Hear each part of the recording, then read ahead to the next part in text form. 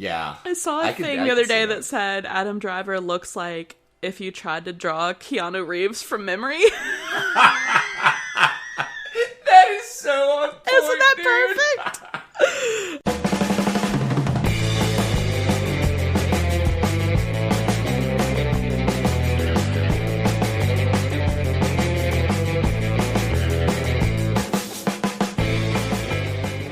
Hello, everybody, and welcome back to the Tether Radio Podcast, the only podcast keeping you from spiraling out into the infinite abyss. I'm your host, Daniel, and I'm joined, as always, by Allie. What up, Dirty? What up, dude?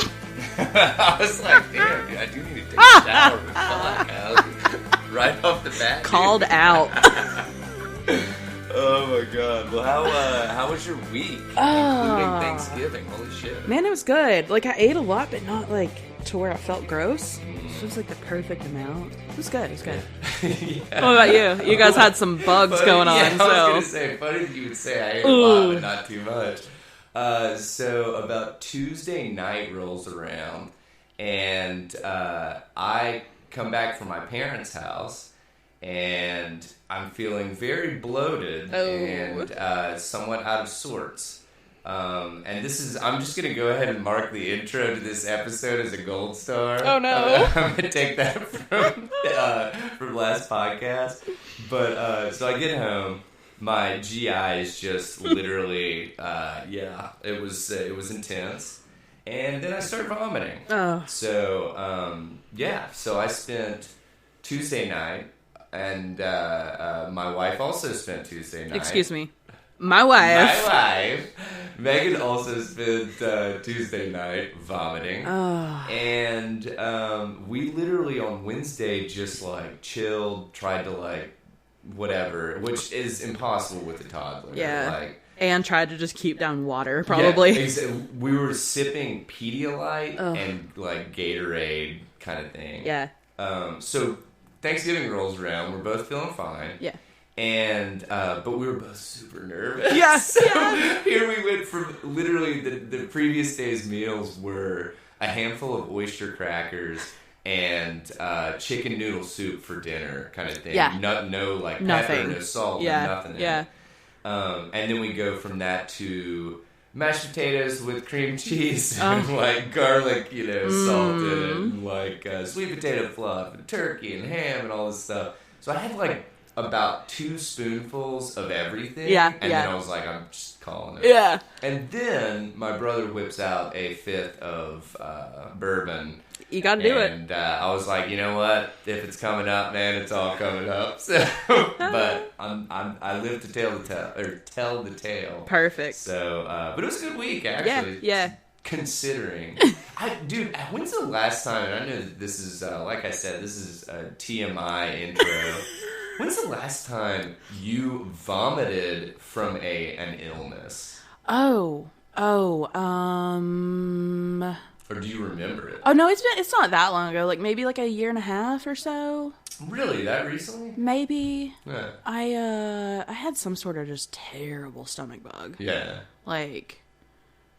Yeah, and I think I got food poisoning a few years back, so I definitely threw up from that. But usually when I'm sick, it's just like a really bad cold. Yeah. And the older I get, the worse they get. Yeah. So like, oh God. Like a few years ago, I was like talking with my doctor about having my tonsils taken out, which as an adult is supposed to be a monster of a surgery. I remember my brother had that, but I mean as a whatever. Like like when you do it as like a kid, like it's not fun, but it's okay. But like the older you get, it's supposed to be. And I was like, I mean, it's been a while. I was maybe like 29 or 30 or something. Yeah. He was like, you don't want to have that done, but you get bad colds. Yeah.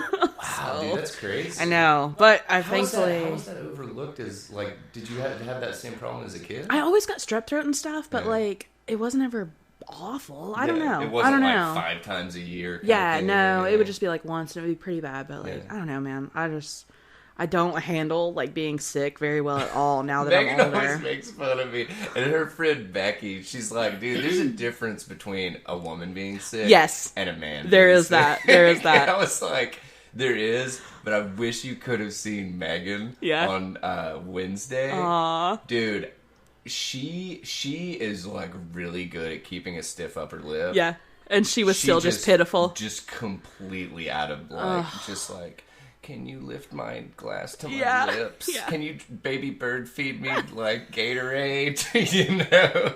Man, it's so funny because if I get sick and then Jesse gets the same thing but after me, I can be like, man, I'm feeling really bad. And then when he has it, he's like, I'm dying. This is it. And I'm like, because read me my last rites. Oh man. Also, holy shit, it's December. I think we're contractually obligated to say that. I know, since it's right? December 1st. It's that we're recording. Wonderful time of the year. It's crazy. Christmas is in like 3 weeks. Yeah. That's wild. Oh my god. 3.5, really. That is bizarre, dude. Man, all right. Well, cool. And I'm really pumped because all the end of the year book lists are coming out, and there's so many. And Has like Goodreads published theirs? They're still like voting. I think they're still voting, or they may have. I don't think they've announced the winner. Yeah. But there's so many lists, and I just keep saving them to read later. And I think I'm gonna just curl up and read them all back to back, and then my to be read list is just gonna implode. It's already bad. It's gonna be real bad after I look at all these. I do have to say, like, pre-meeting Allie, my to read list was maybe like 5 deep. Oh, what's that like? Yeah, now it's like 55 deep. Oh, dude, I think I culled mine to. I like that you say cull. I just think of like killing animals. Yes, I think I knocked it down to something like under 200, and I was pretty. No. But that was early in the year, and being unemployed and reading, and also reading all these like, here's what you should be reading and what sounds good. I think I'm around 450 or something. It's so bad. It's so out of control. God. I'm gonna look. That is insane, dude. It's completely out of control. Yeah. But I was trying to think of if anything else. You kind of had like a little. Oh no. 521. Good lord. Nice. Nice. So you were saying that, which I thought this was kind of interesting and maybe worth mentioning. I don't normally take part in the Black Friday festivities and stuff. Yeah, but Allie is a. I live for Black Friday. I love it because it's such a mess. I don't really care about like getting the doorbuster deals. Like I like shopping and I like getting out in it. Yeah, and I like seeing everyone being insane. Yeah, and this year it was fine. Like it was dead. It was beyond slow everywhere we went. It was really weird. But why do you think that is? I think people are caving in and going out on Thanksgiving night now, which sucks. Yeah. I mean, that's super sucks. And a lot of people are buying stuff online. Well, and this is just literally, I just thought of this. Do you think that people are, like, nervous to get out in that shit these days? You know, I wondered that, too, because some of the bigger stores, like Walmart and, like, Best Buy, had very, like, cordoned off, like, lines for people to wait to check out. That had happened the night before. Yeah. And like they had strict gun and knife policies for Black Friday. But they were really organized, and my aunt and I were talking about like how ridiculous that was, but like also that could save some lives because people get trampled and killed, you know. And I've never understood, which I still think I saw some and I'm sure I should have pulled this for the show, but I saw some shooting that happened, or it was either shooting or stabbing that happened over. It was like the video games in like a Target maybe or something like that. Yeah, it's just shit that it's like, dude, people are just bad shit, man. Also, like, what do you think's gonna come of this? There's a crowd. You're gonna get caught. Yeah, exactly. Like, sure, you got the new Mario Party or whatever, but also you're going to prison. Yeah, it's like, well, you're not gonna play it. Yeah. So, but. All right, well, rock and roll, man. Oh, and I have a little disclaimer. What's up? My content this week, so I'm kind of on the fence sometimes about making things political, and then sometimes I just think, fuck it, everything is political, so eat me. And this was one of those weeks. Dude, I'm telling you, and it's really funny that you would say that, because I actually have... this is what my attempt is going to be. I want to actually do objective reporting of something that may be subjective. Ooh. Okay. I don't know if I can actually do this. We can try. But I'm definitely going to try because there's some stuff that I pulled from the New York Post, and actually, surprisingly enough, man, I wore out the New York Post this week. Did you I really? found some good stuff. Yeah. Man, they've been on their game lately. Yep. Like legit. And I'm up to date on my tetanus shot, so I'm all in. Right, I got my ad blocker on point, dude. But yeah, so I totally dig. Like, it really is kind of incredible how everybody politicizes literally everything. Well, like, I kind of think it's insane, and then I'm sometimes like, but it is political, so shut up. Yeah, well, no, and I mean, like, honestly, if it is, dude. Yeah, so, yeah. But yeah, so kind of starting off, I had like a quick mention, speaking of politicizing shit that I'm like, yes. What? Uno has decided to remove red and blue cards to try to keep politics out of games. I saw this on our list, and I was like, bro, you pulled an Onion story. And dude, it's real, and that breaks my heart. It's super real, and it's so stupid, dude. This is like, when I was in middle school, they made us terrified about gangs, to the point that, like, 7th grade me would not buy anything red or blue. Yeah. Like, other than jeans, whatever, but, like, I never wore I don't want red. Somebody to think I'm a Crip. Yeah. It's like, I'm sorry, dude. I'm the whitest kid out there. No, seriously, my whole middle school, there was one kid that was black, and he was mixed, actually. He was like, one parent was black and one was white. Yeah. That's the only black kid we even had. We didn't have, like, hardly any minorities of any type. Yeah. And what are you talking about gangs? Like, we're just a poor school. Well, I mean, dude, like, you were in Maryville and I was in Blaine. Yeah. Like, all the bloods out here. Yeah, right. Jesus. But yeah, so I pulled this one from Polygon, and this was just kind of wild to me because so they launched this thing. It's called Uno Nonpartisan. I can't. Yeah, it's 100%. If I show up to a game night and someone has this edition of Uno, I'm just gonna peace out. I'm gonna be like, "You're a fool." This was the kind of funny thing about it is, so they took out the red and blue cards. They replaced them with, I believe, orange and purple, whatever, But they left the green, which I'm not gonna lie, there's a green party. Triggered. No, just kidding. But they brought it up in this that they were like, well, if you're really trying to be completely nonpartisan, and then they were talking about how leaving the green cards or whatever. Talking about literal green cards for people. Oh my god. Yeah, exactly. If you couldn't hear the eye roll, it was there. And like the Green New Deal, how that's extremely partisan. But yeah, man, it was just really insane. That's in pitiful. Addition to the fact that they rewrote some new rules into it. They have included now a veto card. Oh my god. That you can lay down to skip the turn of anyone who's turning the topic of conversation toward politics during the game. Who is out here in the middle of Uno talking about... Draw 4, you immigrant. It's like, what? When does that, I cannot. It's like, get out of here. Man, and you guys thought my weird double-sided Uno was a fun game or was a strange game. Right. I'm gonna buy this just to have this no politics card just to throw down at the bar. I'm gonna buy a couple stacks of those, a couple packs of the Uno Nonpartisan, and just take out the veto cards and just have them in my pocket for like normal conversations. Amazing. I love it. But the funny thing is it's dude, like, that purple looks blue. It looks blue. I know. Dude, That's dumb. This is so goofy. It is completely stupid. I think Uno is struggling because, like, they make a dose now. I swear to God, there's one called Dose.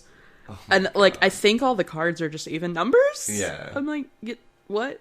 What? Okay, but I'm a sucker, and I bought the double-sided, whatever that one was. But that was cool. But that was. I think I was just a little too intoxicated to learn a new game that night. It went okay once we got into it, but at first we were all like, this is too much.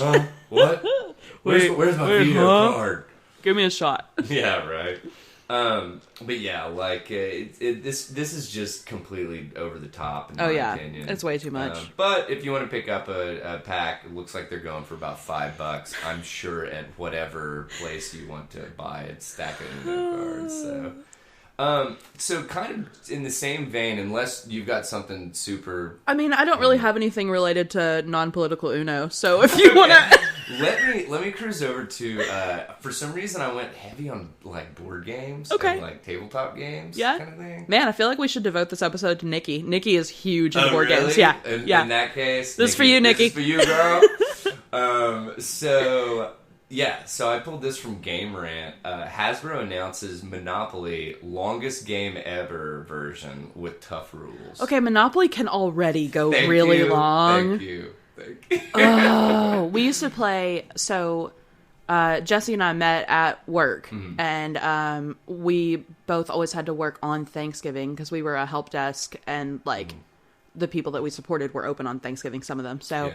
But Thanksgiving was really slow, like no one called. So we all wore pajamas and we all brought in food and Thanksgiving was the best day to work. Everybody liked it. And plus you probably got overtime. We got overtime, so we're making bank. Yeah. And like it's really chill and it's really calm and we play board games the whole day. Yeah. And like we usually brought in like a couple like video game systems and set them up and had like Mario Kart tournaments and stuff. But anyway, so we played Monopoly, and this one douchebag that worked there that nobody liked. He was the worst, just in every way.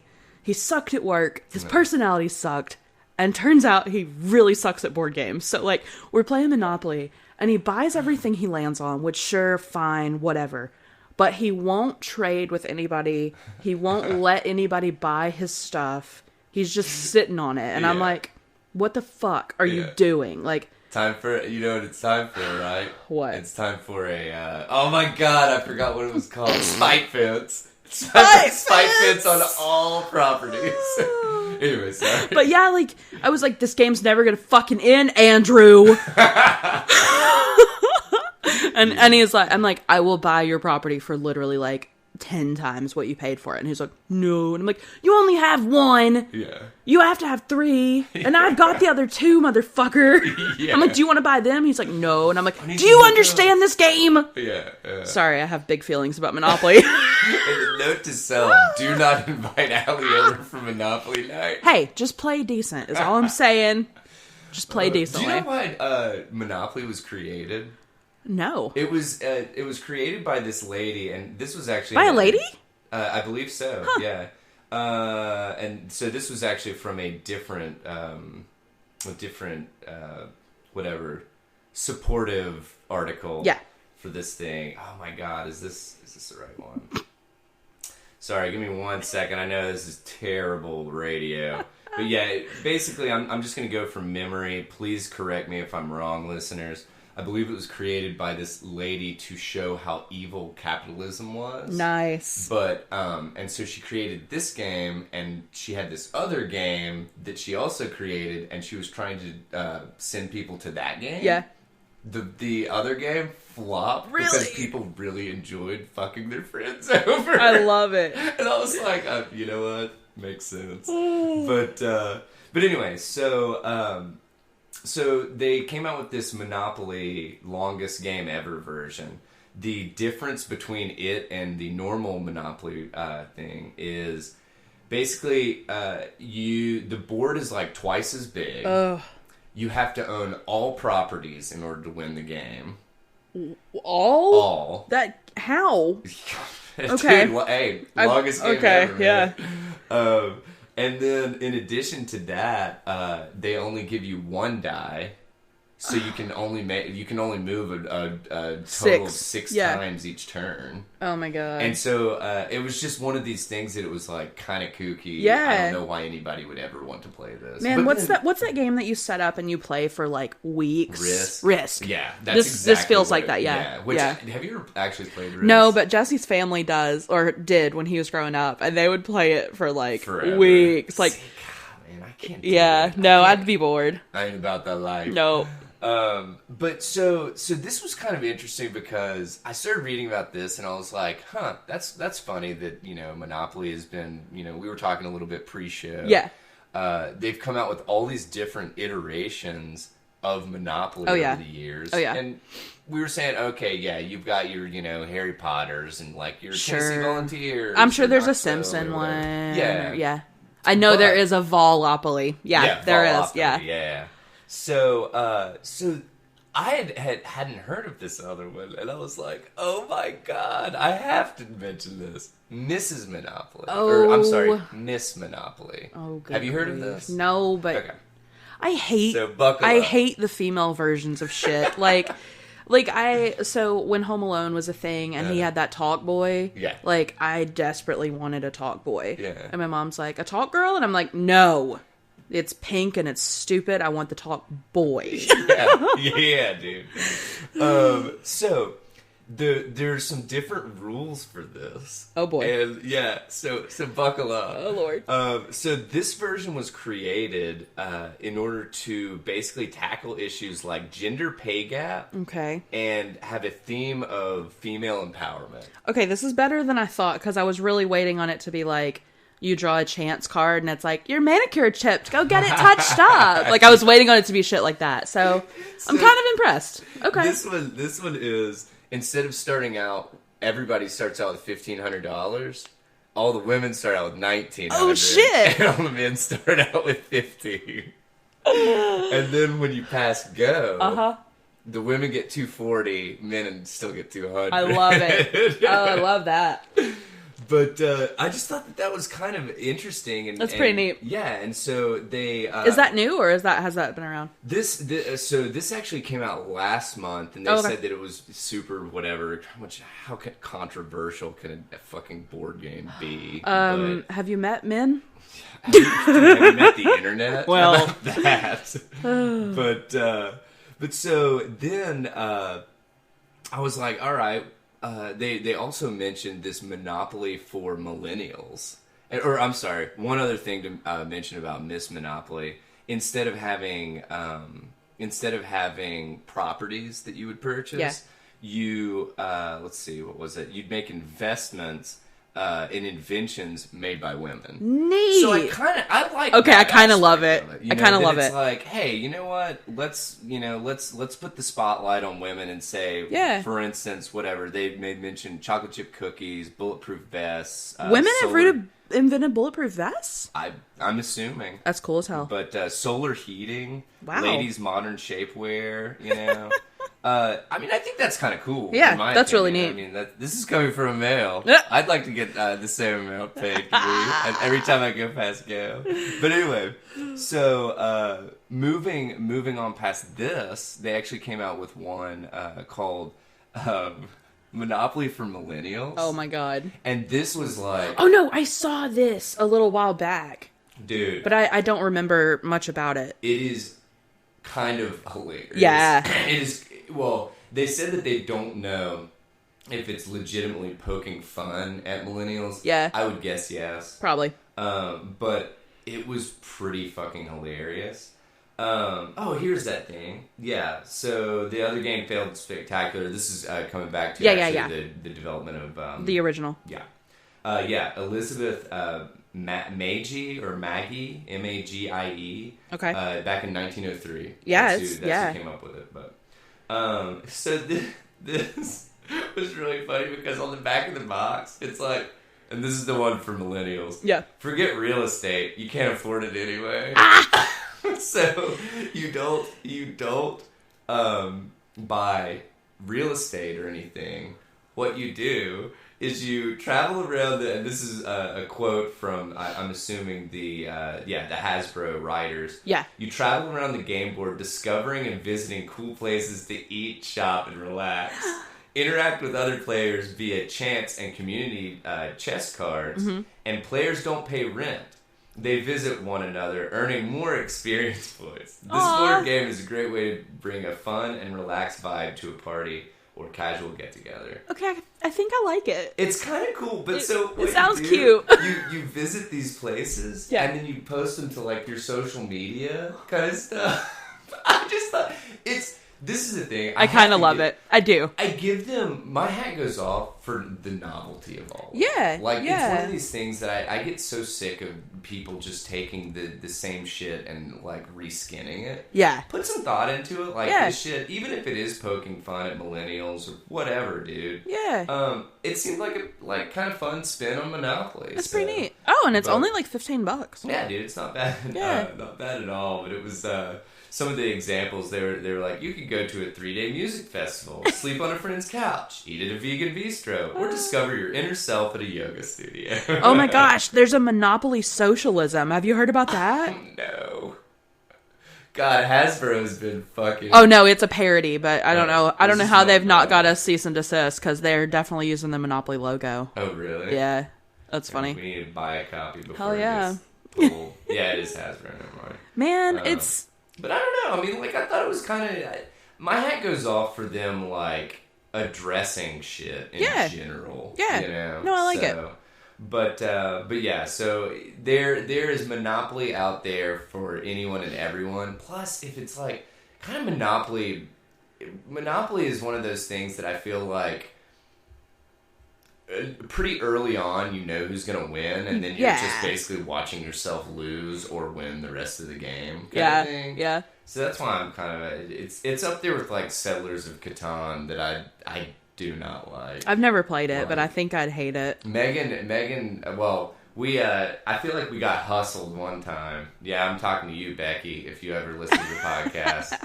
No, I'm just kidding. But we went over to one of Megan's friend's house. And, dude, they played a decent bit. Yeah. And, my God, dude. It's just, there's so many moving parts. Yeah. That, like, if you build the longest road, you get a bonus at the end of the game. But you have to know that you're going to... That's a potential bonus at the end of the game. Jeez. And you have to have that going the entire game. Yeah. So, but, anyway... I'll get off my board game soapbox. And, clearly, we've been on this for about 15 minutes, so... I think that I've probably done its due diligence. So, where are we going to move from here? I have no good segue, but I have something that's just kind of a short thing. Sure. A quick shit, if you will. Pete Buttigieg's campaign refunded donations from Brett Kavanaugh's lawyers. I love this because it just feels like a huge statement. Like, we don't even want your money, you piece of shit. So, the spokespeople for Buttigieg's campaign said that sometimes contributions they would normally refuse do slip through because they're getting so many, which is awesome. And The Guardian asked the campaign about the donations from 2 lawyers who represented Kavanaugh during his Senate confirmation hearings. And the campaign was like, oh, wait, what? Yeah. And they're refunding, it's about $10,000 total. Oh, wow. Between 2 female lawyers who represented Kavanaugh. Yeah. Who had donated to other Democrats in the past, too. Yeah. But they had a little statement, and part of it said, "We believe the women who have courageously spoken out about Brett Kavanaugh's assault and misconduct, and we thank The Guardian for bringing this contribution to our attention." I like it. All right. I like it. Hey, man. More power to him. Yep. He has the option to throw back whatever money he wants. Sure. Yep. You know?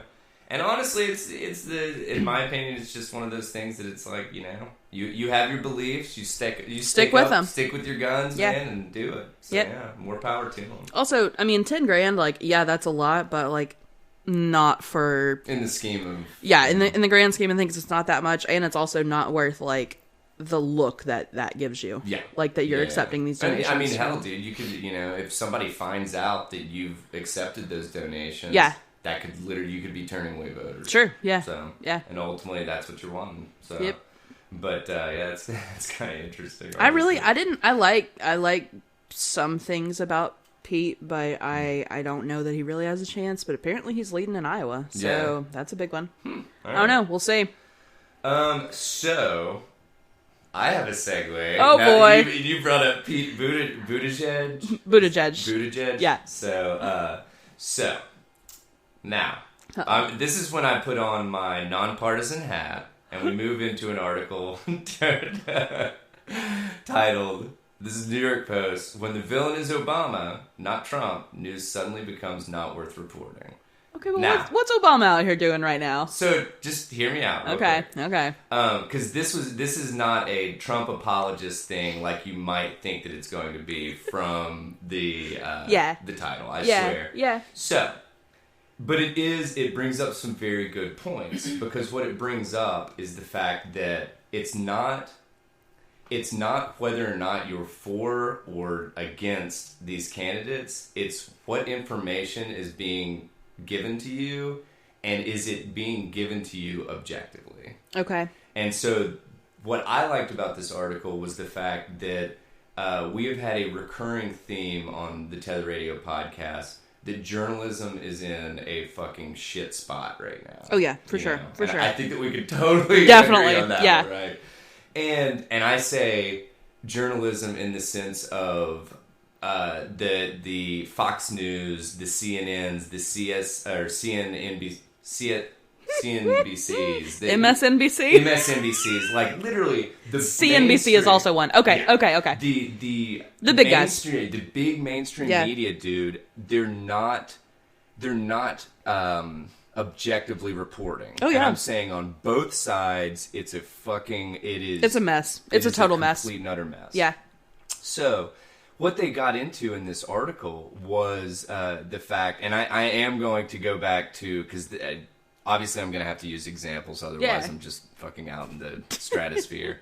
But so they were talking about how the let's see, it's like Agency France Press or AFP and Reuters did a report talking about a United Nations study and regarding the migrant children detained at the U.S.-Mexico border. Well, so they start hitting this story really hard, and then they find out that the UN data was pulled from 2015. Ooh. So, what is implied with that? You know? That it's not Trump leading it. And so, and this is the thing. As soon as that came to light, the story went away? Completely deleted, redacted everything. Yep. And it was just one of these things that it's like, do I think either of those, I find it very interesting. Yeah. That it's not, hey, we're going to say, oh, we actually found out this information was pulled from a 2015 study, and so this is actually, basically they get into what is implied with all of these stories. Yeah. And so the reason that I liked the Pete Buttigieg. I saw. Okay, Jeez, so he sells a shirt that says "Boot Edge Edge." Buttigieg. And that's how I remember how it's said. Okay, yeah. rock and roll. Yeah.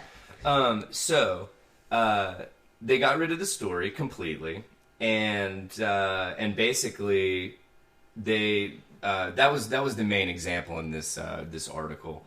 And then they started talking about how news organizations can take stories and basically, depending on what, who is funding these news organizations and what they, it's not about fake news. It's not literally about fabrication of news. No, but it's about only covering what your big money guys want you to cover. Exactly. Yeah. Exactly. Yeah. And like I said, and I'll say it until I'm blue in the face, I ain't talking about just like CNN. No, it's or a lot just of them. Fox News. It's a lot of them. Just, dude, it's like, it's deep. Yep. It is deep. So they were talking about the different ways that these news organizations can kind of spin stuff, for lack of a better word. Oh, sure. And they were talking about how, okay, well, if, for instance, Obama had like similar approval ratings to Trump, kind of thing, and obviously Trump's approval rating is not high. Sure. But it just goes unreported. Yeah. So it's like, it's not. It's just, and I'm sorry that I keep coming back to Trump. Literally, I'm no, but it's all in how it gets presented. Like it's all in like, yes, you could come out and say Trump's approval rating is X, which is what Obama's was at this point. Yeah, but they're not. They're just saying Trump's approval rating is low. Yeah, and just leaving it at that. And something else that was brought up in this that I thought was really interesting because I hadn't really thought about it, even though I would definitely recommend people, listeners, No Agenda. I really do think that they do a good job of breaking. I think they do. Down. I like them a lot. I'm full. Truth be told, I would consider them probably moderates leaning right. I would say that. You probably picked that up. But I like them, and I'm way left. But I like their stuff. Yeah. And it's just one of these things that what they do is they legitimately break down what is being said. Yeah. Versus they try to really just cover what it is without being without being opinionated about it. Yeah. But something else that they mentioned in this article is they were talking about how another trick, and I'm just going to read this because I thought it was a good summation of it. Another trick is soberly reporting the policy proposals of politician 1, but focusing entirely on the miscues and petty controversies of politician 2. Sure. So it's almost like, in my opinion, comparing apples to oranges. Well, and thing, right? I always am the devil's advocate. Sure. So I would say, yeah, people are like, well, Obama misspoke sometimes and no one ever said anything about that. I'm like, have you heard Obama speak? Like, dude, he is a fucking phenomenal speaker. Yeah, and I don't care if you like the guy or not. Yeah. He's a great speaker. He's a great speaker. And he does not say just goofy bullshit like Trump does. And also Trump says more stuff than Obama did because he's out there tweeting nonstop. Yeah. So, plus he's got all his little bullshit phrases that he says all the time, like fake news and, his little catchphrase things. And sometimes when I'm, listening to, Trump speak, I'm laughing because it's just, it's so out there. It's so... And I know that he whatever his platform is whatever the power of positivity and shit. Okay. But it's just so funny because he's like, let me just tell you, I just took a shit. It was the hugest and it was the greatest shit of all time. Tremendous shit. Hugely. Bigly. I had to stand up in order to clip it. Clip it? I don't know. Get out of here. But it was just, it is 100% fucking over the top. It is. It's so much. And also, okay. Yeah. So, if, let's say you had a town hall meeting in your podunk city and one of the dudes in the crowd that, had a question or a statement to make or whatever was Obama, everyone would be like, holy shit, this guy can talk. Yeah. And if the same thing happened, but it was Trump, they would be like, sir, give us the microphone back. Sir, sit down. Your time's up. But I've always been speaking 30 seconds. Yeah, your time's you've said enough. You've said enough. But, I mean, I agree. Yeah. I agree, dude. I'm always one of those people that I'm like, sometimes the approach or the delivery is just as important as the actual content of the message.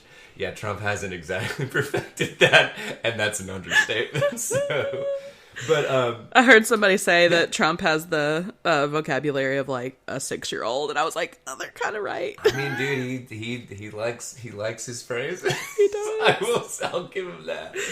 But so something else that they kind of pointed out after the thing that I was talking about. Yeah. Reporting someone's policy versus somebody else's gaffes and whatever miscues and stuff. They were talking about Elizabeth Warren, who has vowed a $20.5 trillion in new federal spending, which is a 40% increase to what we're currently doing. And everybody's like, meh. And it's like, what? I can't. But anyway, the reason... I have one that kind of relates to this, but finish yours. Well, no, I was just going to... they were talking about how Pete Buttigieg, he promoted a list of black supporters, many of whom were either not black or did not support him. Oh, no. But they declared, the big M5M basically didn't cover it at all. Shit. So it's one of these things, like I said... I bring this shit up not because I want fucking whatever. I'm promoting Republicans or Democrats. No. I bring it up because what I want to portray, and I hope I'm doing a decent job of it, is, dude, do the due diligence to actually finding out the fucking information. Yeah. Look at multiple sources. Yeah. Get a good picture before you make a decision. Yeah. Don't make it emotionally. Get a good grasp of the whatever the like the tone, the way they're whatever. Actually saying the stuff. Yeah. And actually listen to what they're saying, dude. Most politicians get up there and don't say shit. Yes. Like, literally, they just walk in, or they're asked a question. And they never answer it. They never fucking answer it. Yeah. Like, literally, listen to the question and just keep that in your head when you're listening to these fools speak. Because it's insane. The debates are really frustrating in that because they'll ask them a question. They'll be like, yes or no, are you going to raise taxes? Yeah. And they'll be like, when I was 8 years old, I went fishing on an ice pond. And you're like, wait, but did you ever answer the tax thing? What? Yeah, exactly. But anyway. So my thing that actually completely relates to this. Sure. It's talking about DHS, the Department of Homeland Security. Mm-hmm. They created a fake university to lure students so that ICE could arrest them. This feels like the evil twin of that movie Accepted, which was really fun. No shit. But this is not fun. Seriously. But okay, question. Yeah. Who would you? Well, I don't know if you can come up with an actor's name, but who would you cast in the opposite version of Accepted? Oh God. As Justin Long's. I love Justin Long. I know, he's awesome. Oh, it'd have to be somebody I hate. What's that dude that? He was in Star Wars and he played Kylo Ren. Adam Driver. Hate him. I have no reason. I don't think I've seen anything with him in it. Yeah. Other than, or no, you probably haven't. No, I haven't seen that. I just know, but I just really don't like that guy. He really is. He's like a very strange. Yeah. I saw a thing the other day that said Adam Driver looks like if you tried to draw Keanu Reeves from memory. That is so on point, Isn't that perfect? Okay, so this.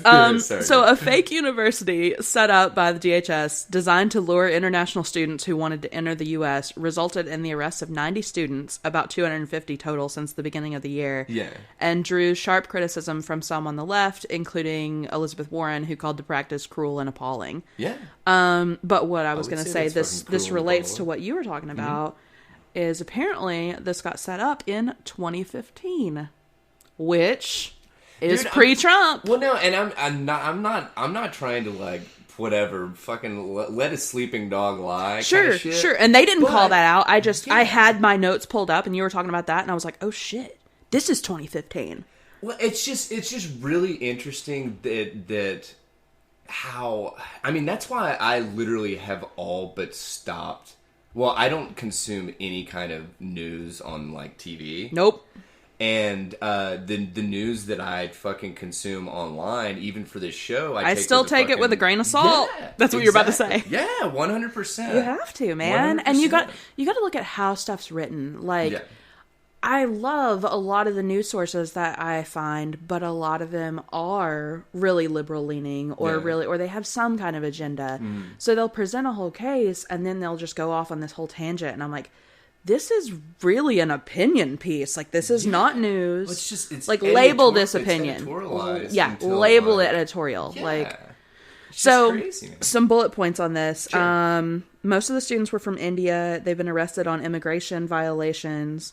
80% of those students have been voluntarily deported as a result of their arrests. Mm-hmm. The rest are in the process of receiving deportation orders or are contesting their cases. Mm-hmm. They set up this university in 2015 and they charged over 600 students around $12,000 per year in tuition and fees, but the school had no physical classrooms or teaching staff and the students never attended any classes. I mean, that can't be legal. No, right? There's literally, I don't see how that this should be mainstream news. Yeah. This should be getting covered on CNN. Yeah. This is huge. So, I'm out here bringing y'all the important shit. Yeah. No, and that's the thing is like, and sorry to come back to no agenda. I swear once Tether becomes profitable, if that ever occurs, we will start giving to no agenda. Hell yeah. Yeah. But no, man.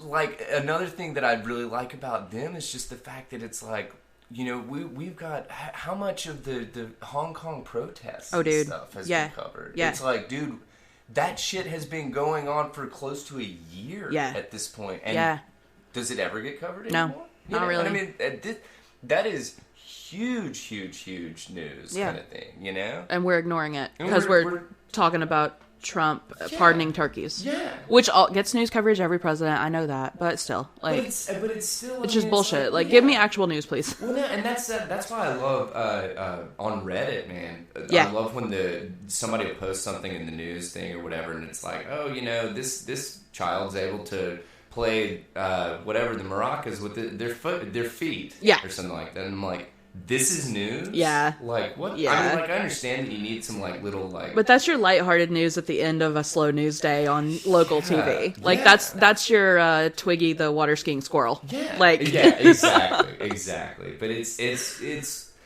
Journalism is just in a really shit spot, and I'm kind of interested to see moving forward. I mean, like, what... Because, I mean, we talked about it on a previous episode, I believe, because... You had to take some journalism. Yeah, I majored in journalism. Yeah. So, like, it was very... And but we didn't even... that was a million years ago, but we didn't have, like, a whole class on ethics or... And just, like, well, I don't know. No, but not... Objectivity? I always get those mixed up. Because yeah. Well, anyway. But yeah, like, we didn't have very much focus on that. Or very much, like...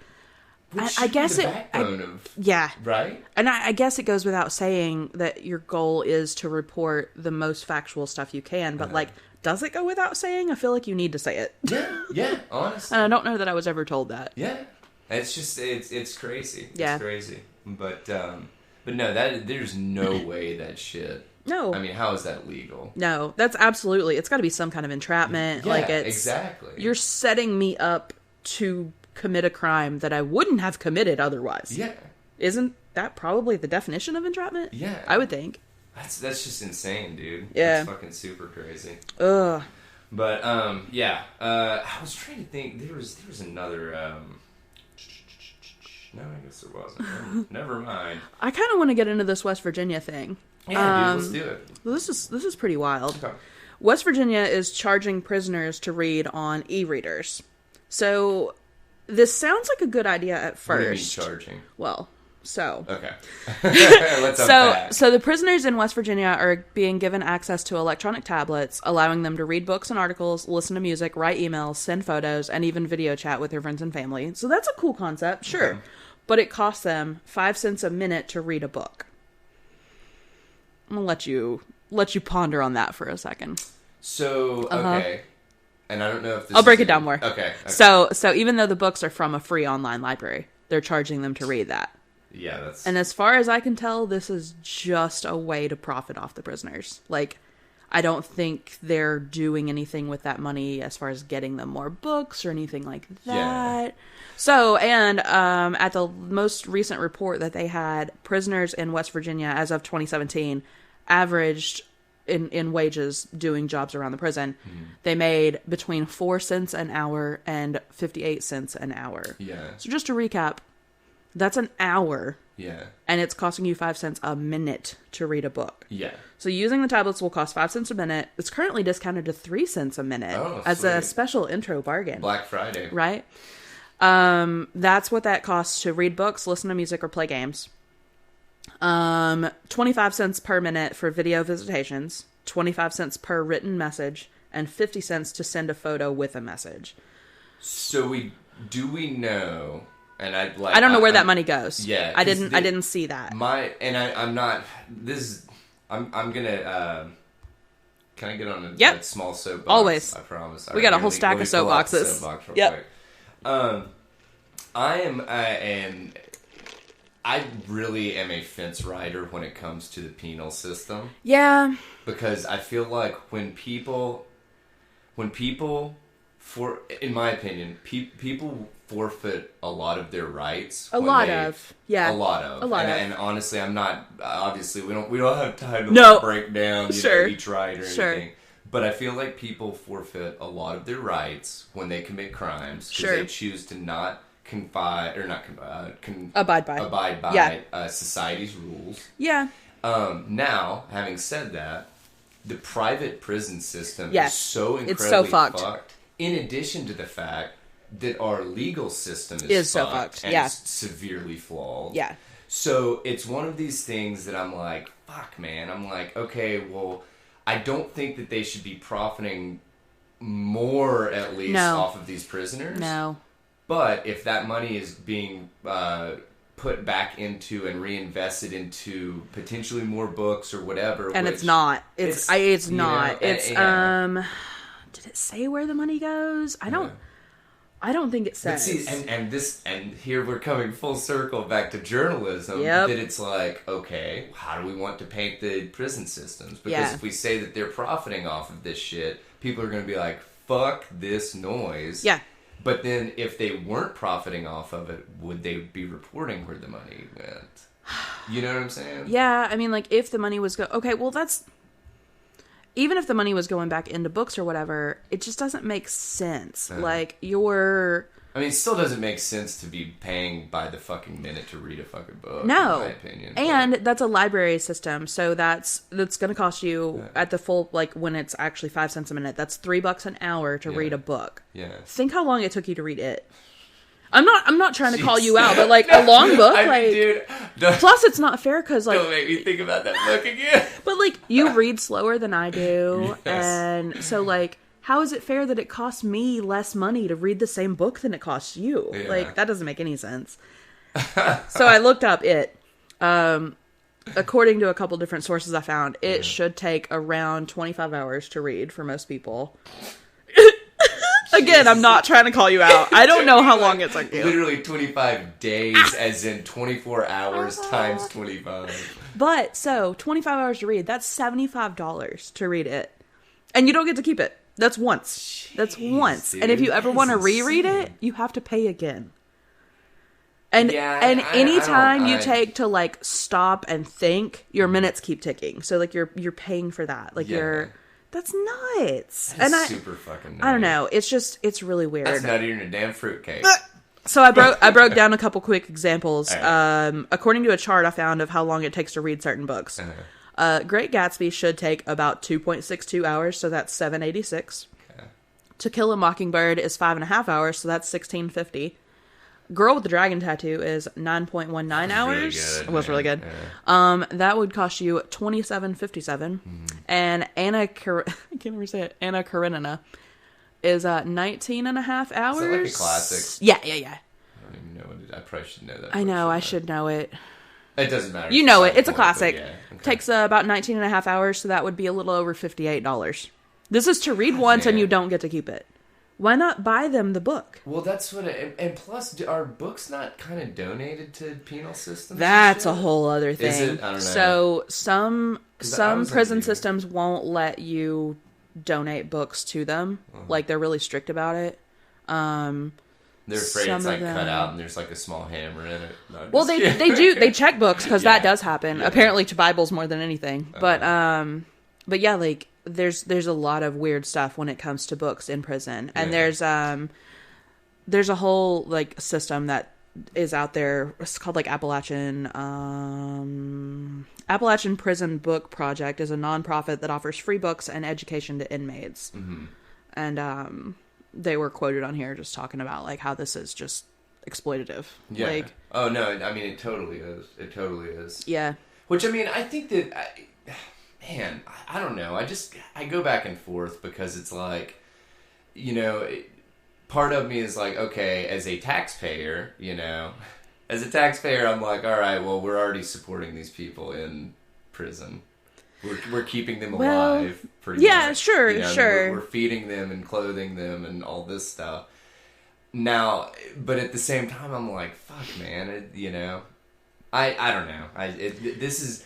I don't agree with this. It's complicated for sure. It's supremely complicated, and I just think that it's I think it's a shit situation. I think that I don't know. Maybe we could just work harder to fucking rehabilitate and fucking so that they could go out and buy their own fucking e-readers or whatever. But no, that seems super fucked, especially considering that rate. Yeah. I mean, like, I don't know. Okay. Here's and a question. they're free books, Yeah. and you're charging for them. So if they were charging like $5 to read a book, would you agree with that? Or do you think charging in general? Not when it's a library system. Yeah. Like, it's not costing them anything. Like, I think the tablets were donated. Mm-hmm. I think. I'm not under the impression that this is paying for the cost of the tablet. Yeah. So... Ooh, I wonder what kind of tablets. Then we could be like, ooh, are they trying to surveil the prison system? Well, it's Global Tel Link is the company providing the tablets. It's Huawei. No, I'm just kidding. Global what? Global Tel Link. Global Tel Link. I don't think I'm familiar with that. I don't think I know them. Yeah, it's just that's crazy. It's though. a weird story, man. Yeah. Huh. Yeah, I really want to know. Corrections Innovation Leader. Man, That's weird. like, are they? I'm sure Are they just aimed at prisons? I was gonna say, dude, that would not surprise me in the fucking least, man. If they were, but anyway, Yeah. this doesn't make for good radio. So. No. Here in Allie and I. Us checking out more stories is not good radio. Yeah. Sorry. So let us cruise. Oh, dude, I've got I've got another book thing. Let's do it. Literary Review has an award for bad sex in fiction, which has been around since 1993. Slow clap. Oh man, you're not ready. I am not reading the winner of last year. No, I've got a bunch. Okay. But the winner of last year just said, like, it was I'm not even gonna say it was too much. I can't read that one. What? That was too much. I'll show you after. If enough people, I'll post it on the Facebook group, dude. Yes. So the purpose of the prize is to draw attention to poorly written, perfunctory, or redundant passages of sexual description in modern fiction. The prize is not intended to cover pornographic or expressly erotic literature. Aww. So these are from normal ass books. Yeah. And they've been tweeting some excerpts of some of the nominations. Juicy. Here we go. If you have children listening to this, please don't. Maybe skip ahead 3 or so minutes. I don't know. I'm making a note for the intro, ISO. Oh God. Okay. So here's an excerpt. Right. Her body was I can't. Her body was absolutely gigantic, but harmonious in its proportions. Her hips were like something an artist might have dreamed up for the phenomenal appearance of a goddess. She reminded me of a statue in the grounds of a chateau. What? Are you just saying she's huge? I don't... Yeah, I'm like, where are you going with this, man? Okay, here's another. The boy in essence, she was large and in charge. Amazonian, yes. The boy in the greenhouse was flawlessly adolescent and shockingly beautiful, and in his innocent way, he'd made her come resoundingly. Apollo, with his modest marble membrum virile, otherwise known in her village as a skin flute. I feel like that was actually some decent prose, and then they throw in. And then you put skin flute at the end. Yeah. Also, apparently it's about a boy that's adolescent, but he made her come, and I don't like that. Yeah, seriously. Here's one more. He's ahead in his years, man. Freed from the shackles of the fabrics and invigorated by the influx of blood, his organ had immediately shot up, and, as though throwing back his head to bay at the moon, he had pulled back his foreskin and directed his penis skyward, a pointed red penis. And then he just started moaning, "Red rocket, red rocket, red rocket." Okay, here's one more.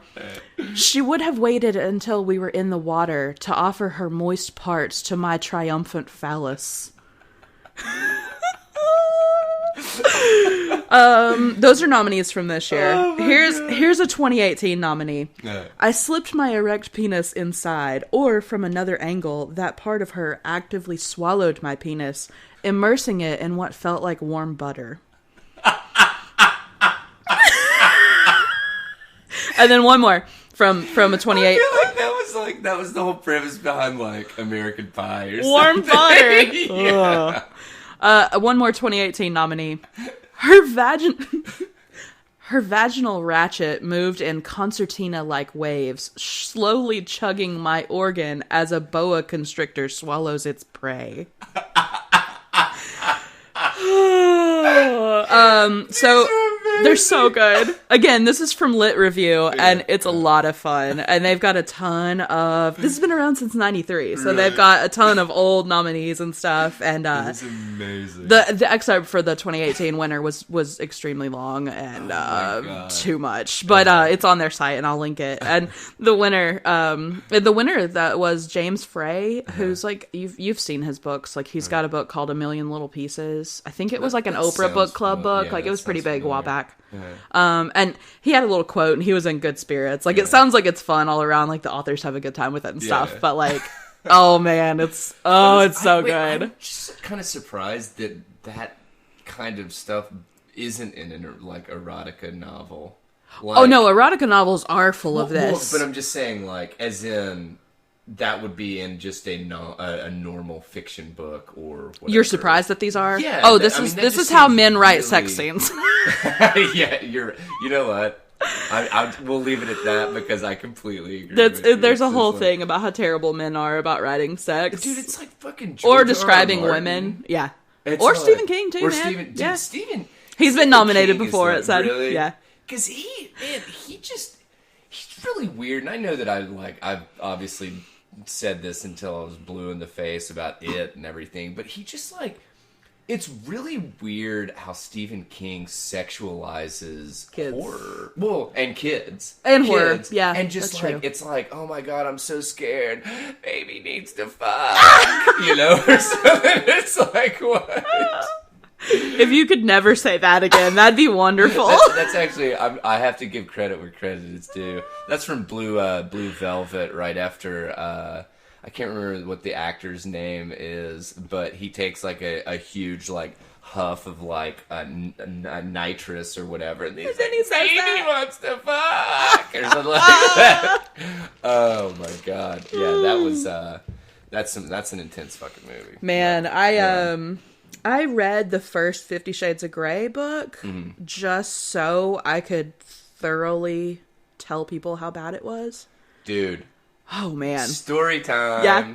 So, my late aunt, all of my aunts on my dad's side of the family, they're just, well... I guess I only have 2 living at this point, but dude, getting them all together at like reunions and shit was some of the most fun shit ever. Yeah. Because they're just like a bunch of, honestly, like a bunch of dudes. Yeah. That it's like, there's no topic that's not, is off the table or whatever. So I got invited up, and this was when Megan and I were really newly married. And my Aunt Alice, we were driving from Abington to Roanoke for one of my uncle's birthdays, and they got onto talking about 50 Shades of Grey. Oh no! And I was like, "Oh God, are we really going there?" So my Aunt Alice was talking about some part in that book. I have not read it, and that there's something that like she shoves in her. And then, like, they're dancing or something, and, like, she can't control the fact that it's, like, really getting her hot or something. Oh, Lord. Do you remember any part like that? It's been a long time since I read it. Some kind of, like, literally, like... I think he had, like, a remote control thing. Or... Yeah, but that may have been in another one, and I just heard about it. It made me think of those, you know those balls? Benoit balls? Yeah. It made me think of those. Yeah. And, like, my aunt's telling this story. So, I mean, this 65-plus-year-old woman is telling this story. And she's like... And she just shoves them up in there. And they go out on, you know, and do something. And she's just talking about how great it feels and blah, blah, blah. And she was like... But she's trying not to, like, whatever, get herself too worked up. My aunt's like, damn... I don't even know what she's talking about. If I would have shoved those things in me, I would have been doing like the Charleston out there on the dance floor. And I was like, oh God, Aunt Alice. You just open the car door and jump out on the interstate. You're like, I'm not here for this. Megan's riding like shotgun with me, and we just all died. Oh my gosh, laughing, dude. But that's just my family. Yeah, dude. yeah. They just like literally zero like verbal filter. So, but my God, dude, the 50 Shades stuff, man, that was some intense stuff. So. But man, those are awesome though. Those are good. And so, what was his website? Literary Review, and on Twitter, they were tweeting a bunch of those. Yeah. At their lit_review on Twitter, but you can just search them. They're a pretty big site. Okay. All right, oh cool. Man, dude, that is amazing. So man. good. So good. Amazing. The headline that I saw for one thing that linked to it was called "Damp, Wrinkly, and Virile. Here are this year's Bad Sex in Fiction Award nominees." Yes. So good. Oh, it's awesome. All right, so let's see. Oh, I did want to mention this because Allie, and I believe you headed it the last time about Harry Dunn. Yep. And this was the guy that was killed in the UK by a U.S. diplomat's wife. Yes. Right? Yeah. By the name of Anne Secoulis. So the Archbishop of Canterbury has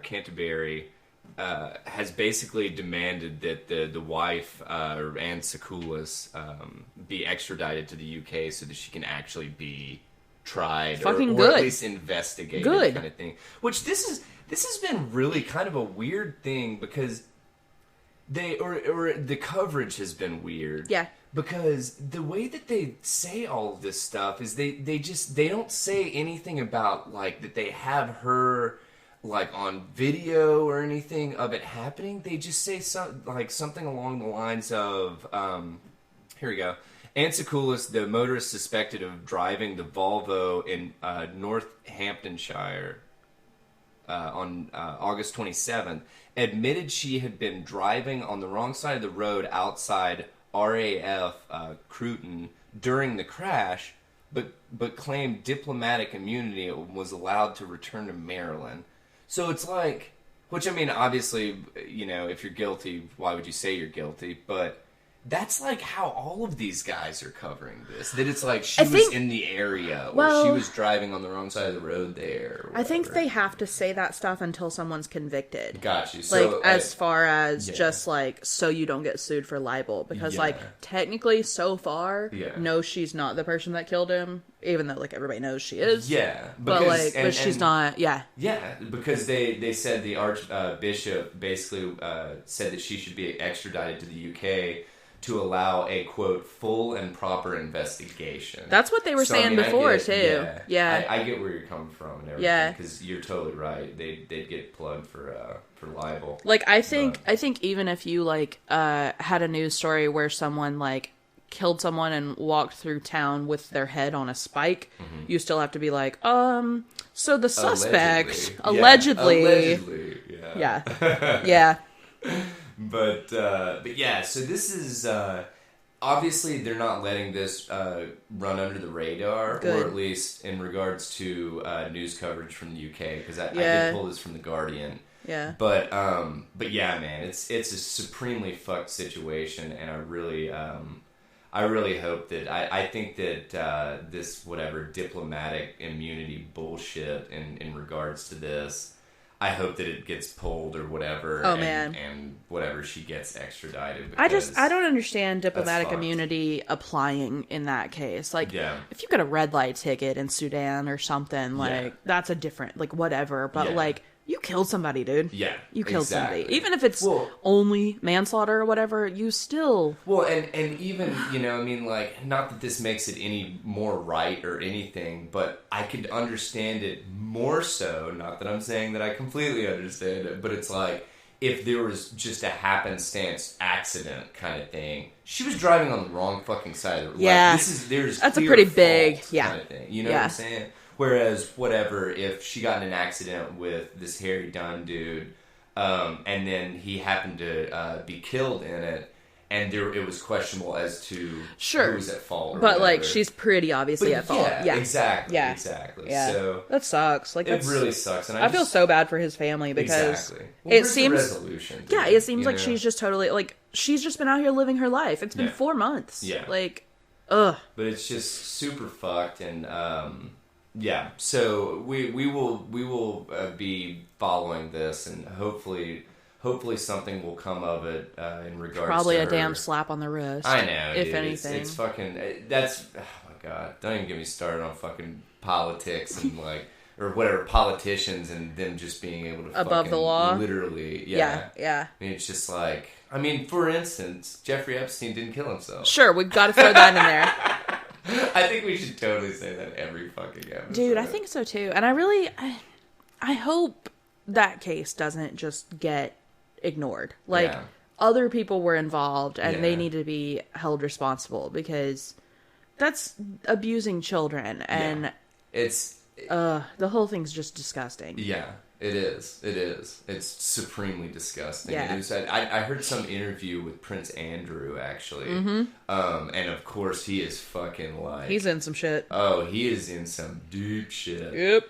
And he was talking about like, oh, well, the last time that I hung out with Jeffrey Epstein, we took a walk in the park to really talk about how we shouldn't basically be hanging out anymore or whatever. Even though he's stated that it's like, oh, he wasn't actually a friend. I was, I went to he said that Jeffrey Epstein came to a party that he threw or some kind of like big ball kind of thing. Yeah. And he was Ghislaine Maxwell's +1. Okay, I'm sorry, but when you go to like royal balls, they ain't fucking +1s, dude. No. Your name is on the they want exactly these people. Yeah. And then that's all that they want, So it's just like, dude, I'm telling you, it's just skeezy as fuck. And I really... Related. Yeah. To skeezy as fuck. Yeah. I found this morning, so forgive me actually having my phone out. Yeah. You said you didn't hear of T.I. lately in the news. No, I hadn't seen it. Well, it's not a fun story. Jesus. It never is. New York State lawmakers want to ban virginity checks after this gross T.I. interview. T.I. demands a gynecologist check his daughter's hymen to verify that she is a virgin. This is a thing. This has been in the news. This is a thing. How old is this girl? Or do we know? I'll look it up. Keep going. Yeah, look it up, please. So now 2 New York State lawmakers are sponsoring legislation to ban doctors from, quote, performing or supervising virginity examinations. 16. God. That is supremely fucked. Also, man. just to get on one of my many soapboxes, like, I'm sorry, she's 18. Oh yeah, well she may have been 16 when this happened or whatever. Yeah. Anyways, she's not she's not like 9. Yeah. Yeah. So like you can break your hymen doing like gymnastics or riding a horse or falling off a bike. Yeah, or just like literally. So like that's not even a way to really tell that someone's a virgin. Yeah. And also like what constitutes being a virgin? Like plus what constitutes being a fucking creepy ass parent. Thank that you. It's like, hey, why don't you just talk to your daughter and trust her? So, holy fuck, this is jack. In the Senate bill's justification memo, it notes that the word virginity is not a medical term, but a social construct used to further discriminate against women and girls. These examinations, this is a quote, these examinations are not only a violation of women's and girls' human rights, but in cases of rape can cause additional pain and mimic the original act of sexual violence. So basically saying you can re-traumatize someone just doing this exam. My God, man. And like the ban says the bill says disregarding this ban will be considered an act of professional misconduct and would be charged with a Class D felony of first-degree sexual abuse. Okay, so the ban is the ban is they're on banning this virgin check. Yeah. Yeah. So wait, this is another question that I have. Is this common? Because like, well, these same 2 New York reps have previously introduced legislation to ban non-consensual pelvic exams. So basically, I guess if like pelvic exam. I think your parent could be like, I want my kid to be checked out, and the kid not consent. Oh, gotcha. I think. But that makes more sense. What a mess. Because otherwise, basically, we're talking about sexual assault. Pretty much, yeah. So, like, fuck off, T.I. That is fucking insane, dude. Ugh. Yeah. It's super insane. It's so gross. What a bastard. Yeah. I mean, but like, dude, these celebrities, like, which we were, I was actually talking to my dad about, where we are in regards to celebrities and people, the elite. Yeah. And just the fact that it's like, somehow in the United States, people have, we were talking about Elon Musk. Yep. That's what it was. Somehow in the United States, people have basically said, or it has been decided by society that if you are very rich, you're intelligent. Yes. You know what I'm saying? Yeah. Or your opinion matters more inherently. Yeah. And it's like, since when did that, like, I mean, because my uncle actually made a really, really, in my opinion, accurate analogy between Elon Musk. Yeah. And he was like, Elon Musk thinks he is like this crazy, like, oh, yeah. you know, he's developed all this stuff. And I mean, dude, look at the fucking Cybertruck, man. Come on. But, which, by the way, for anybody out there that still plays GoldenEye, modders have actually gotten it to be in the game of GoldenEye 007. I love it. It's pretty fucking awesome. I love it. But anyway, he was talking about, and he was like, dude, I think that what people are going to find out in the future, I think that right now he's got so many kind of crazy things going that everybody's like, oh yeah, he's a fucking mad scientist with lots of money and all this stuff. Yeah. But my uncle's like, dude, people are going to realize Elon Musk is more of a P.T. Barnum than a fucking Thomas Edison kind of thing.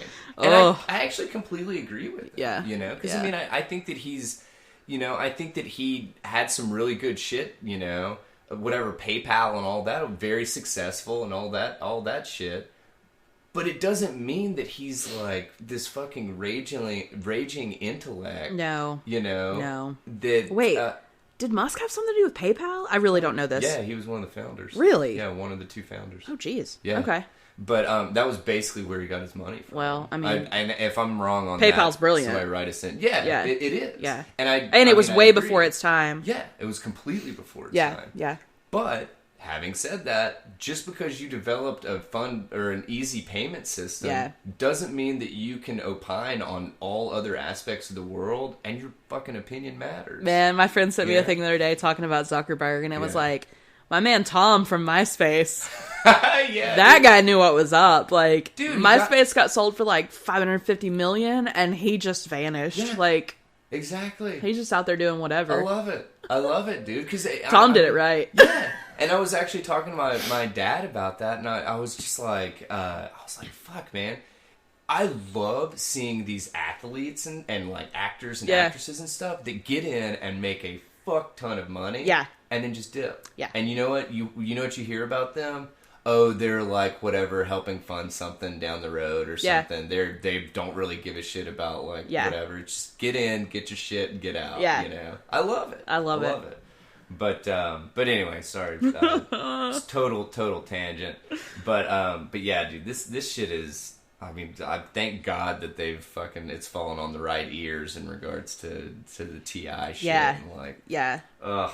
That's so gross. Disgusting, man. And totally thankfully, disgusting. Pretty much all the news I've seen about it have been people being like, T.I. is a piece of garbage. Mm-hmm. So, I mean, I'm sure there are people been, like, up there with like R. Kelly, like, I mean, probably. maybe not totally up there with R. Kelly, but like, I'm not going to defend T.I. Let me put it. He had some good tracks, but that's about other it. than Rubber Band Man, I can't even think of.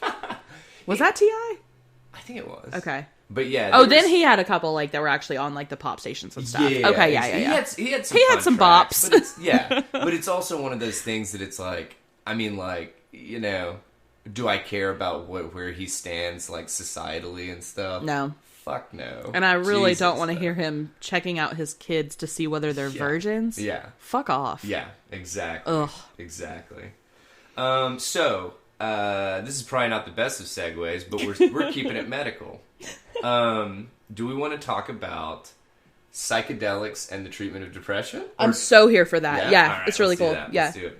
Full disclosure, I have probably said this on the podcast before, but I'm pretty open about it. I'm on antidepressants for anxiety. Yeah. And, like, fine, I don't care. Like, I'm saying it. Like, I tell everybody. Yeah.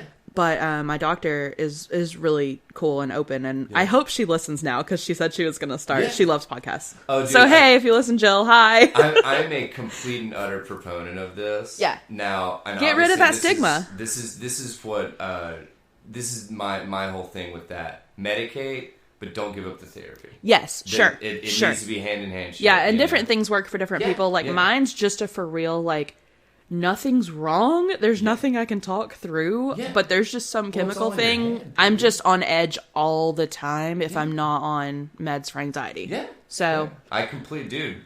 Yeah. Generalized anxiety disorder. Man. Yeah. Like, but she and I were talking about how they're looking at like microdosing LSD for ultimately the like microdosing like front is super interesting. And that's like a cure, not like a treatment that you keep doing, but they're looking at it being like, do it however many times and it has cured your anxiety or your depression. And I'm like, that's incredible. It was like what the thing that we covered, I can't remember what episode, but the Ibogaine out of like West Africa or something like that. Yeah. They were testing, I believe, down in Mexico. Yeah.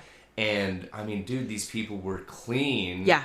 Like heroin addicts were clean for 3 to 6 months. Yeah. Months. It's incredible. After dosing one time. Yeah. I mean, I think that, now obviously that was not a micro dosing thing. These dudes were, I'm pretty sure, like out of their fucking heads for like up to 36 hours. Yeah. But it still fixed it. It was and they weren't using needles, they weren't contracting, stuff like that. Yeah, I'm hep and HIV and all that. I need to actually pay more attention to these like weird versions of like treatments that people are looking at to try to like especially for mental illness stuff. I think that's really cool. Totally. Yeah, so let's get into it. So psilocybin for major depression granted breakthrough therapy by FDA. Oh, that's huge. Super FDA? Huge. Yes. Oh, we're here now. We're not in West Africa in the forests and stuff. Oh no, okay. I know, exactly. Okay, great. Yeah, you don't have to spend a weekend down in Mexico like fucking riding a purple dragon for, however many hours. Yeah. So this new FDA breakthrough therapy approval focuses on a 7-site phase 2 trial currently underway in the United States. Yeah. So this is straight up. This is already in phase 2, and I'm trying to remember my phases of drug development from school. I can't remember exactly. Basically, the long and the short of it is normally it's going to be they're just going to be able to involve more patients as it goes through. I'm sure that's not the only thing that or I know that's not the only thing that differentiates phase 2 versus phase 3. Yeah. But it's looking super, super, super promising. Yeah. And they're basically exploring the antidepressant properties of a single psilocybin dose and treating patients with major depressive disorder.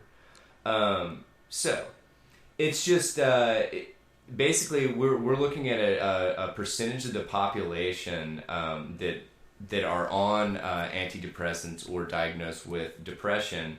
Between 10 and 30% would fall into the category of treatment-resistant depression. Okay. So that means you've tried 2 or more medications, and you're still having symptoms. Okay. Kind of thing. Okay.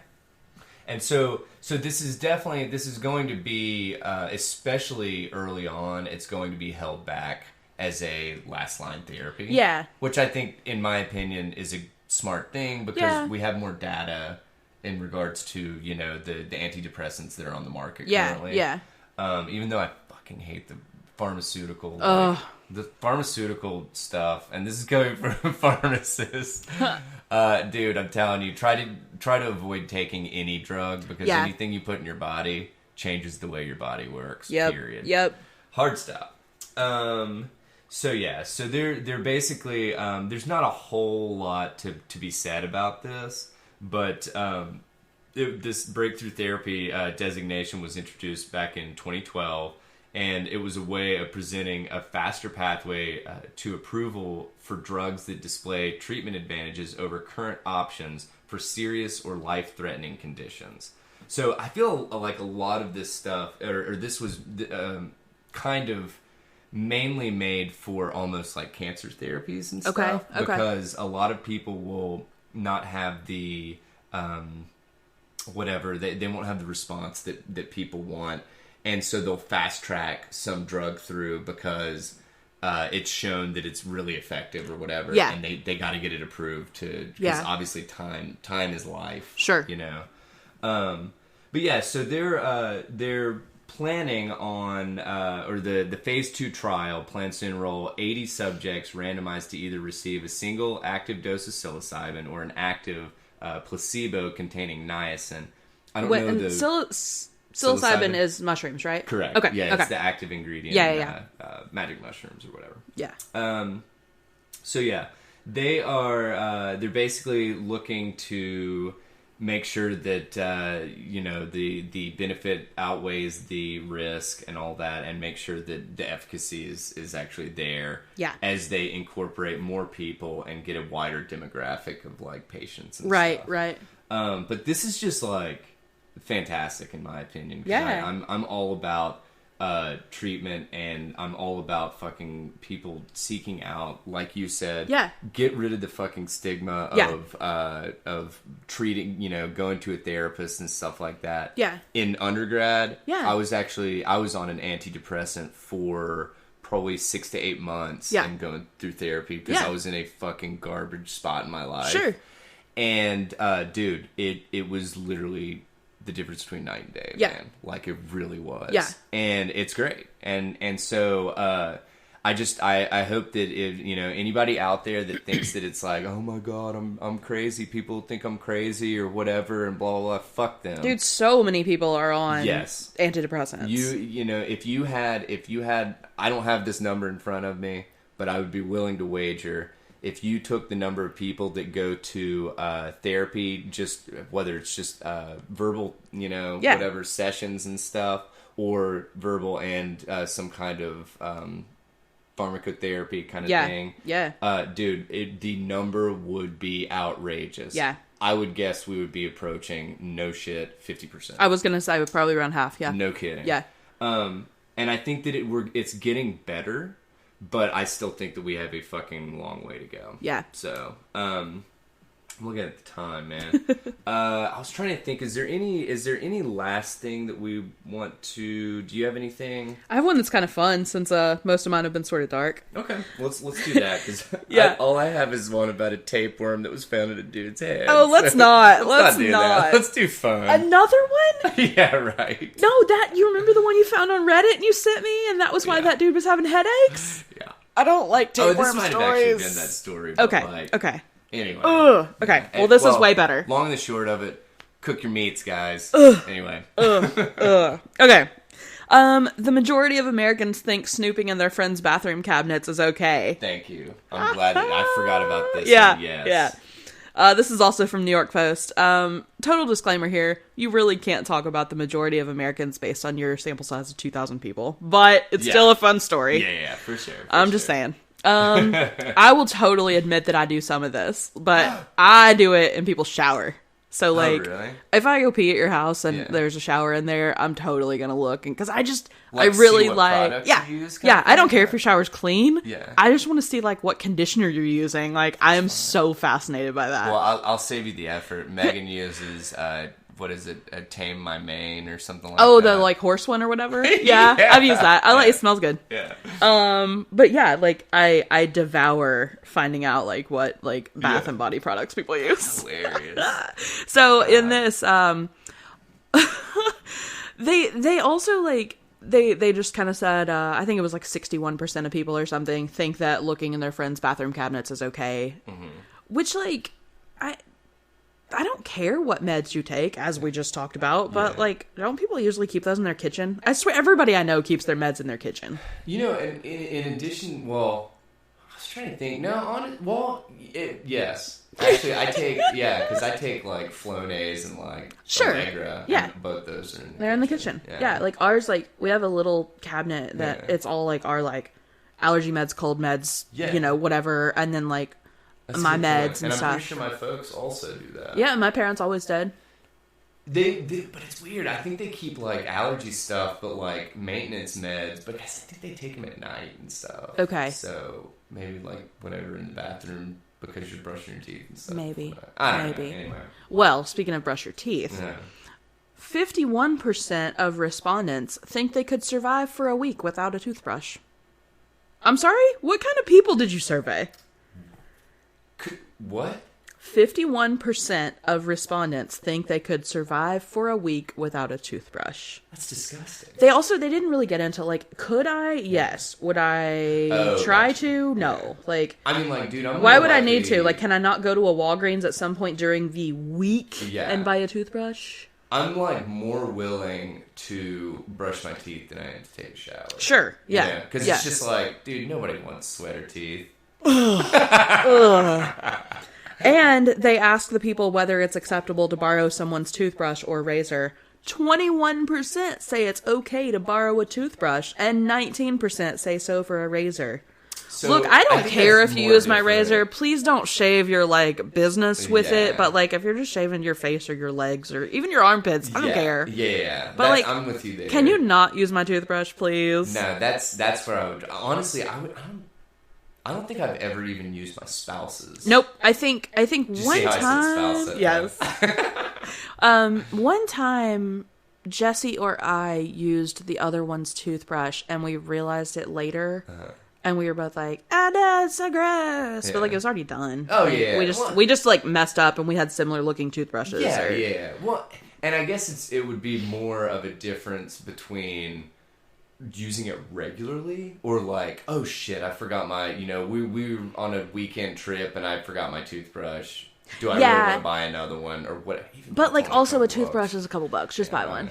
But you don't know who you're talking to. Well, I'm Frugal McDougal over here. Daniel Frugal McDougal Bradley.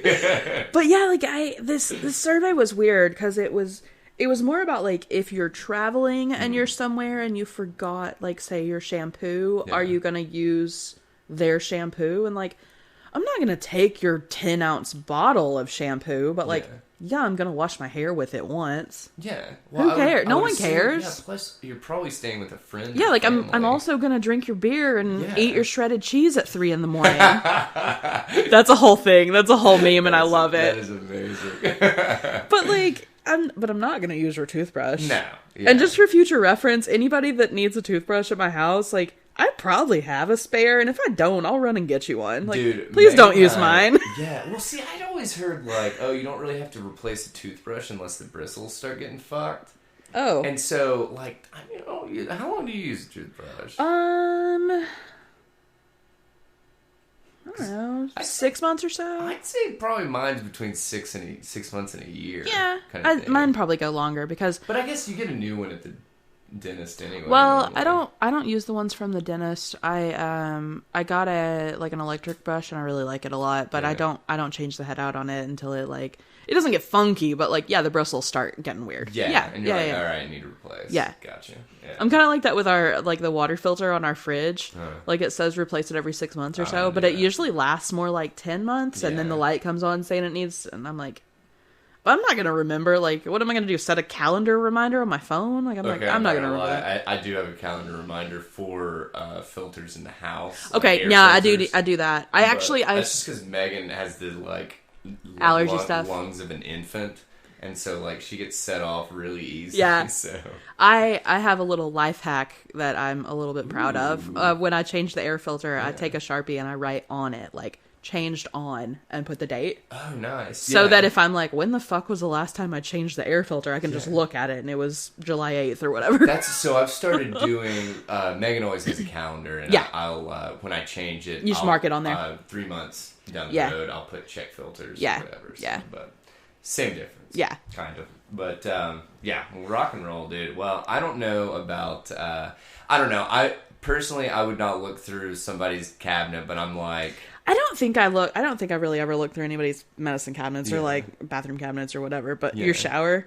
Plus, oh no. Well, plus, I'm sitting there peeing, and I'm like, your shower curtain's right here. I'm totally gonna scoot it and be like, what body wash is that? I completely understand that. Yeah, maybe even give it a smell test. Oh yeah, this is fresh. This is nice. I'll have to get this. All right, man. Well, I'm looking at the time, and I believe we have arrived. We've done it again. We've done it again. By golly, we've done it again. All right, so let us know what you think. Give us some feedback. Let us know what you want to hear, what you hated, whatever. Also, honestly, we would love to have some feedback on our new setup. We're using a little bit different setup this week in regards to 2 mics versus 1, but I'm still trying to figure out exactly what kind of setup we need in regards to the computer software. So let us know what you think. If levels are fucked, write us an email and let us know. You can do that at tetherradio@gmail.com. That is tetherradio@gmail.com. We are also on the Twitter sphere at tether_radio. Same thing on Instagram at tether_radio. Tether Radio, all one word, on Mark Zuckerberg's Facebook. And we also have our fun little closed group and some little questions to answer when you apply for membership to it. So that's fun. It is Tether Radio After Dark, if my memory serves me correctly. Man, so this has been episode 77 of the Tether Radio podcast. We appreciate you lending us your ear for about an hour and a half. Man, we look forward to this every week, man, and it's just, I feel like the longer it goes, the more fun it gets. Yeah, I love it. And dude, give us ideas for stuff to implement, because we're always looking to change stuff up a little bit and create little new segments and stuff. But, and if you find cool topics, send them our way, because we love it. Yes, if you don't want to do the due diligence, we sure the shit will. Yeah, so. If you just send us, just be like, here is a topic, look wild. Into it. Yeah, exactly. All right, man, this has been Tether Radio Podcast, episode 77. I'm Daniel. I'm Allie. And we are wishing you guys a fantastic week. And until next week, have a good one, friendos. Bye.